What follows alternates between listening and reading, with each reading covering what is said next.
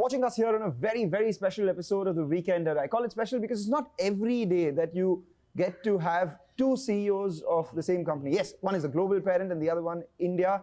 We have the recently appointed CEO of Domino's International. I call it recent because it's this year itself. We have Russell Weiner and the more recently appointed CEO of the India business, Khetarpal, in what is his first media interaction as well. Thanks a lot, gentlemen, for joining in. And that actually brings me to my first question. Both of you all are recently appointed. You've been at Domino's for a very long time, but do you all exchange notes on leadership? I've been learning a lot from Russell over the last 2 days. And we've been together speaking to employees, doing store visits together. And we're exchanging notes on menu, on culture, what other countries are doing, how fast India can grow, what's the opportunity. So truly exciting to be with him. And I hope to see him soon at his office in Ann Arbor. All right, we take that point. Russell, usually, when the global parent comes to India, everyone is excited about it because a global parent usually promises some more for India. What do you have in your bag today? I mean, Christmas is around. Ha ha ha. Well, again, thanks for having us. What's great is, I would say it's flipped here. We're coming to India and we're excited. So we have Domino's Pizza. We have 19,000, going on 20,000 stores. We're in 95 countries around the world. Outside of the US, we have the most stores of all those countries here in India. And so we're just so excited to meet the team that makes it happen and exchange ideas and learn about all the great stuff they're doing. So what have you decided in terms of deeper engagement this time around? What are the areas? I mean, it hasn't started today. So, Domino's started here in 1996, and we've worked closely all of those years, not only on product, on digital and all the things, supply chain, everything that you see here today. So this is not even my first time here in India, because it's a place we come to exchange. Take that point. You've been around for about a little over 2 months now, going on 3. What have your thoughts been about this business so far? What are the areas where you believe that you can go and take the company? So I think I'm still learning. I'm yet to visit all the stores, all the factories that we have, and I do hope to visit sooner than later. My early thoughts are 4. Number 1, customer first. There's such a tremendous opportunity in India, right from serving a 79 rupee pizza to launching a gourmet. There are many Indias, so number 1. Number 2 is technology forward. I think today Domino's is number 3 most used food app in India. Number 3 is operations excellence. And you will see us wearing these jackets, right? And how do we continuously make sure that we are doing faster delivery without compromising on safety, making better pizzas every time, and making sure we're delighting the customer.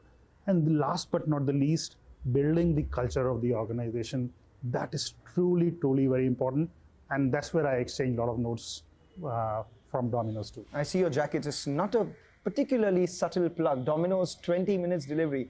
I'm told that most of your deliveries do happen sub 20 minutes already. So this is just inside out, classic Russell Weiner marketing. Is that it's not. We're definitely learning, taking one from here.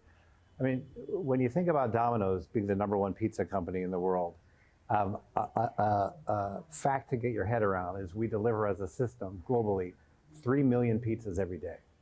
3 million pizzas every day. And what we were talking about a lot is really the focus, even though we deliver so many pizzas, is on one pizza at a time. So instead of thinking about delivering 3 million pizzas every day, we think about delivering one pizza 3 million times.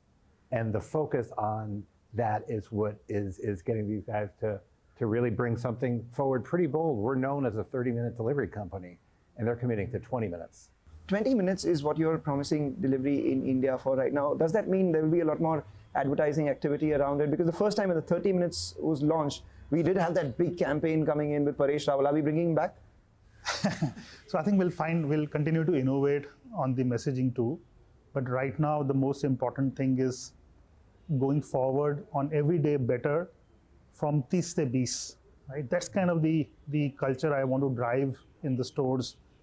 Every delivery, 1 second better, and taking us towards 20 minutes without compromising on safety of the riders. So I think if I step back, we've expanded the store network. We have the density. And we have a lot of customer data and technology to serve customers very close to 20 minutes. You're right, more than 50% of our deliveries are actually happening around 20 minutes. But for us to be operationally excellent, we got to double down on that and make it start making it a promise. Does it work now? If I just use my phone and try to order a pizza, will it come before the end of this interview? Yes, we have 2 stores which are about 2 kilometers away. If you order now, I bet you will get in 20 minutes. Challenge accepted. Okay. Don't forget the tip. You spoke about rider safety. That could be a bit of a concern. What are the steps that you're taking for that? And secondly, you said 50% of the orders are delivered in less than 20 minutes already. You guys have the data, the analytics. Are those customers who get the pizza in sub 20 minutes ordering more and ordering higher ticket items? I mean, does that then make economic sense for you to deliver in 20 minutes? Sure. So the 2 questions, let me answer them separately.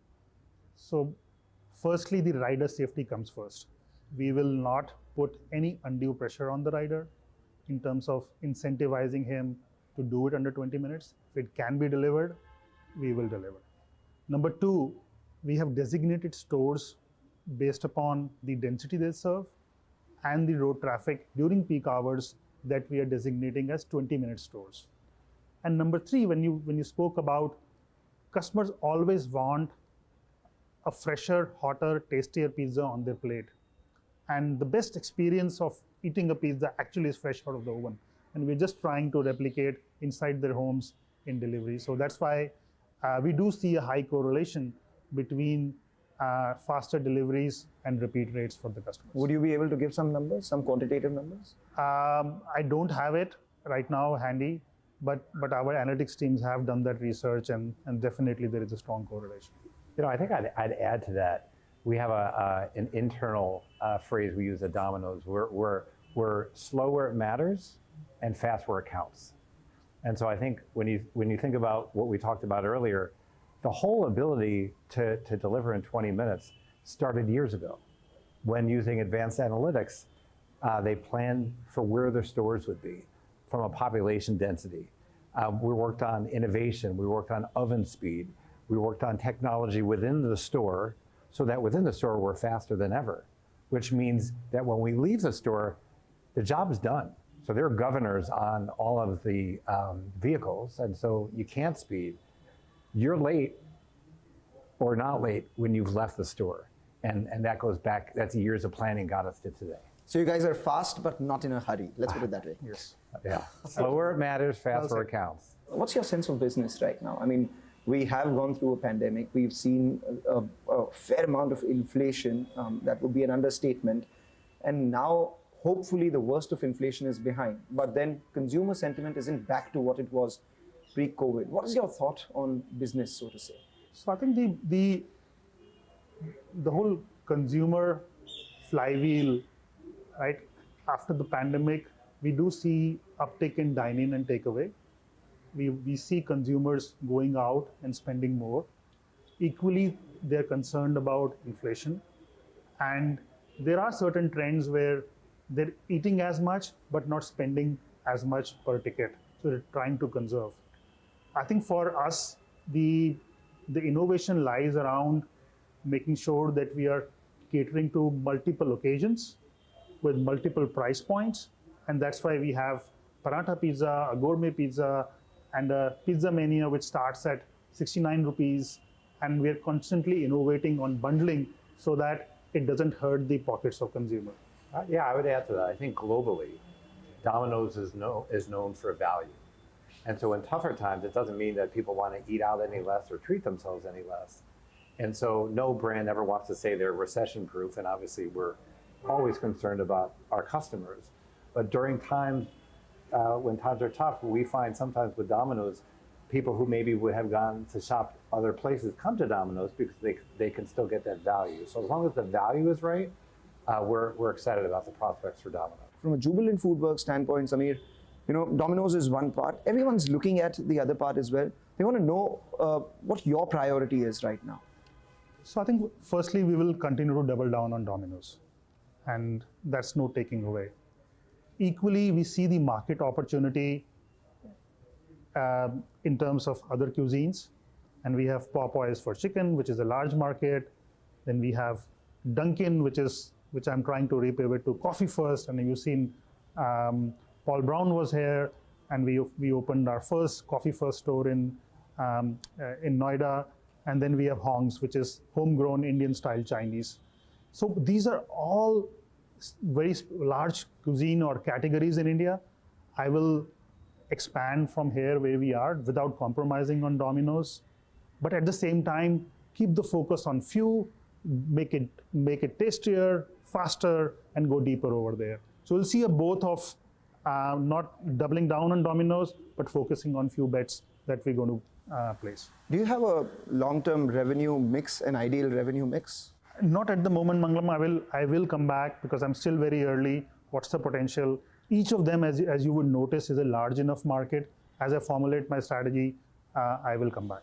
What have your thoughts on the Indian market been with regards to correlation of the same-store sales growth with the GDP and Domino's growth itself? Yeah, what we're excited about is not just same-store sales growth. We look at total retail sales growth. So when you look at the number of stores they're targeting opening this year here is 250 stores. And 250 stores will be amongst the leader globally for us. And that's really the way to measure the health of the business.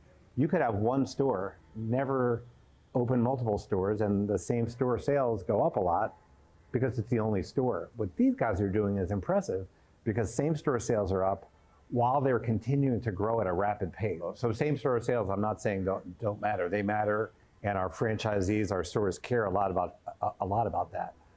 But if we didn't care about total retail sales and we didn't open up stores, we couldn't do things like the 20-minute guarantee because we wouldn't have the density.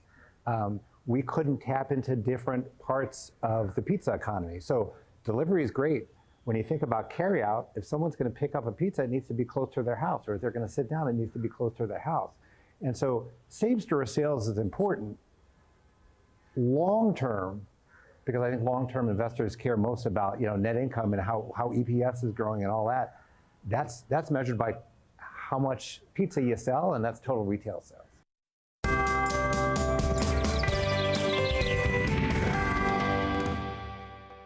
You're not the only game in town. When you started, yes, you were the thought leader, you were the innovation leader.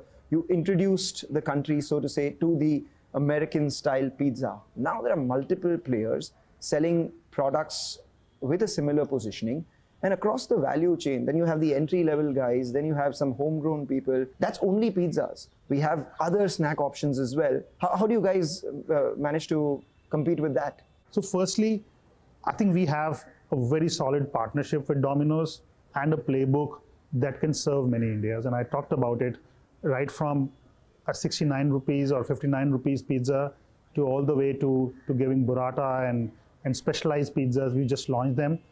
I think that's one part of it. Second is around making sure we are innovating around Indian tastes and taste palettes. So for example, when I came in September, I launched the East range, which is Kashandi, Kosha, and Malai, right, around Durga Puja, which is very specialized. These tastes are Bengal taste from Bengals. So I think that is where the opportunity is so immense, and I would love for my team to innovate on new products on behalf of the customers. We have a huge headroom to serve many, many Indias. You've been around, you've seen all other countries, etc. as well. Is there any particular thing from a particular country that you would recommend that should be implemented in India? They're really India, and I say this true to heart, there's no lie detector here on my arm, is India is the country that we go to other countries and we say, look at what they're doing, including the US. So does it tempt you to take a higher royalty from India then? Ha ha ha. That's off camera. But seriously, no, does it? I'd much rather make more money with the consistent royalty and them making more and the consumer being happy than just taking up royalty. Take that point. Thank you. Investors will like that. But, in the QSR space itself, there is so much more supply coming in. You guys want to double. Pizza Hut wants to double. You have Burger King who wants to double. Popeyes itself wants to grow faster. McDonald's wants to grow. Because a lot of people get excited by the opportunity that there is in India, only to be disappointed that the opportunity is only at a certain level. So I think it's a great question, and it's a good question for all CEOs, I would say. What's the true opportunity in India? And I see it like this. There was an inflection point in other emerging countries, how when the GDP kind of, like in China, when it grew from about 4 million to 7 million, 4 trillion to $7 trillion, you could see the disposable incomes going higher and the discretionary spend went to QSR chains or fine dining or casual dining. So I think we are at that cusp. We are seeing the demand. For example, the stores that we opened in Latur or Daltonganj or Chengalpattu, they do equally well. We are amazed by some of the traction we see from the customers in terms of our average weekly sales and the profitability we get in stores. So I think I would say we are at an inflection point, and it's good that the competition is coming. They're only going to grow the market. Second is we are as good as the last pizza we served, the last pizza we made, the last pizza we delivered. If we execute well, I think we have a tremendous opportunity. Let's talk about some numbers then. What proportion of your revenue currently comes in from the metros, and how much of that is beyond that? How do you see that mix changing? We will have a mix of almost equal share of expanding stores in tier 1 cities where we have stores. That is part of our strategy, which is fortification, through which we can deliver in 20 minutes in these cities. Second is going to adding stores where we have a store, but we are not covering a city, full city. Take, for example, Ahmedabad. And then there are net new cities like I spoke about, Daltonganj. And so it's going to be third. The important thing, Mangalam, over is to execute well. You can obviously add more number of stores, but you need a very strong store manager. You need a team that works 7 to 11 p.m. where we have bulk of our business, delivers, and make sure the store is functioning well.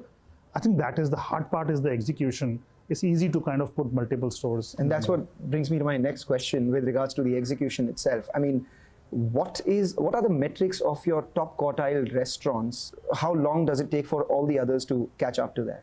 The top quartile stores are actually almost 2x more profitable and generate 2x more sales. So yeah, you were asking before why do we have confidence that we can open up stores when everyone is opening up stores? And what I'd say is two things.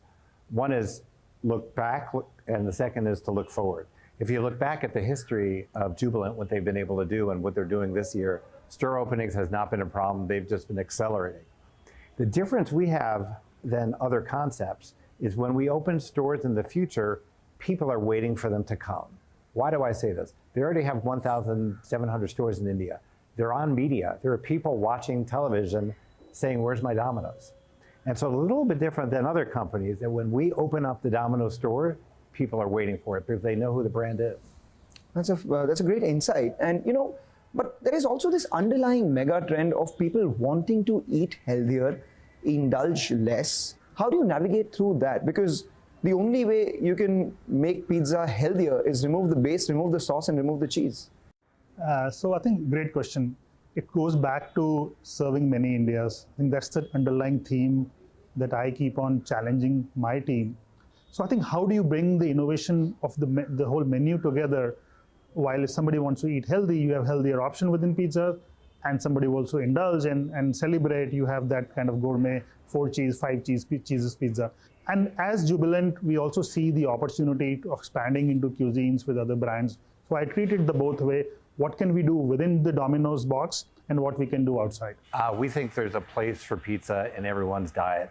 There are going to be times where people don't want pizza. But when they do want pizza, there are still a variety of ways to have it. And like I said, over 34 million ways to have pizza. And so that when it's the pizza occasion, you still have opportunities to make it the way you want to make it. As classic marketing goes, right, it's easier to go down, where if Domino's is seen as a value product, you keep giving more value for money products, etc. What's difficult is to premiumize from a certain positioning that a brand has made in the customer's mind. So then if one has to have gourmet pizza, why would they then go to Domino's and not go to the others who've started out as gourmet guys itself? I don't think it is going to be difficult to innovate on the premium end. I'm actually very glad the way the gourmet pizza is shaping up. Some of the stores are selling like almost 10 to 12% of their sales are actually coming from gourmet pizza. You can have a premium pizza. It doesn't have to be an expensive pizza. And if you're the pizza company for the masses, that's what you do. Have you thought of dine-in, which is almost a quarter of your revenues, which is not unsubstantial? Yeah, more than that actually. I think dine-in, again, we want to be where customers want to go. If they want to order online and get it delivered, come into the store, take away, or dine in. And you will see our store experiences have improved materially over the last 3 or 4 years. We worked with some of the best designers in the world to give a great dining experience. For example, we opened a store in IIT Mumbai, which is a container store. And we have pizza vans. So I think the formats will continue to innovate, but we'll follow the customer. And have you tried any of these Indian innovations that he's talking about? All of them, which is why my coat is zipped a little bit. The Prada pizza for me is my favorite. What non-Domino's QSR product do you like the most? And it need not be the one with Jubilant Foodworks. Okay, I would say Popeyes, but I do like burger from McDonald's. And Popeyes itself, I mean, what's your immediate plan on that one? So we're getting great traction and feedback from our customers. We're constantly expanding our store network in South. The trick of serving a good high quality product is actually not in the front end, but also in the back end. As we build our commissaries, build our food factories, which is being underdeveloped, we'll expand Popeyes rapidly. When is your next trip to India? I need to be invited, so you tell me. 2,000 stores? Yep. All right. When does that be? I think we should get there in about 12 to 18 months. Investors watching you for the first time, your final thoughts? I think I'm firstly truly blessed to be over here. I've inherited a great team and a great partnership with Domino's and Russell. So doubling down on Domino's, expanding the cuisine, making sure we have a great Popeyes and we can homegrown to a couple of other brands. I think that's what I'm going to focus on and lead with technology and analytics. Oh wait, there's a distraction. The pizza's here already? It came in 19 minutes, by the way. 19 minutes. Well, I'm looking forward to this. Thank you, sir. I think one of this is the paratha pizza for you, the one that you really liked. And this one's mine. So yes, you lived up to your promise. Actually, you said 20 minutes and now it's out in 19 minutes itself. So it works for now. All right. Thank you so much. This was a pleasure speaking with you. Thank you so much. Thank you, Russell.